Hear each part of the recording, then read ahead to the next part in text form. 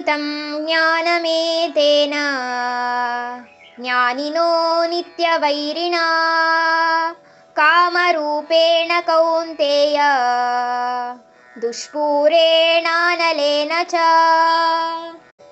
ಇಂದ್ರಿಯಾಣಿ ಮನೋ ಬುದ್ಧಿಃ ಅಸ್ಯಾಧಿಷ್ಠಾನಮುಚ್ಯತೆ ಏತೈರ್ವಿಮೋಹಯತ್ತೇಷ ಜ್ಞಾನಮಾವೃತ್ಯ ದೇಹಿನಂ.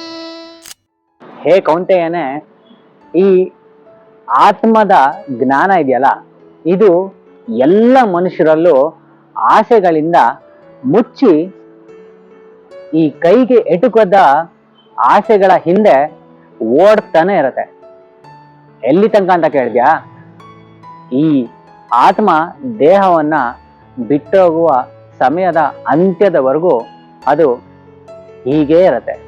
ಅದರಿಂದನೇ ಕಡೆವರೆಗೂ ಈ ಆಸೆಗಳೇ ನಮ್ಮ ಶತ್ರುಗಳು. ಈ ಆಸೆ ಮತ್ತೆ ಆಕ್ರೋಶ ನಮ್ಮ ದೇಹದ ಇಂದ್ರಿಯಗಳು, ಮನಸ್ಸು ಮತ್ತೆ ನಮ್ಮ ಆತ್ಮದ ಜ್ಞಾನವನ್ನ ಹೇಗೆ ಆವರಿಸಿರುತ್ತೆ ಅಂದ್ರೆ, ಅದೇ ಒಂದು ಮಾಯೆಯನ್ನ ಸೃಷ್ಟಿ ಮಾಡಿರುತ್ತೆ.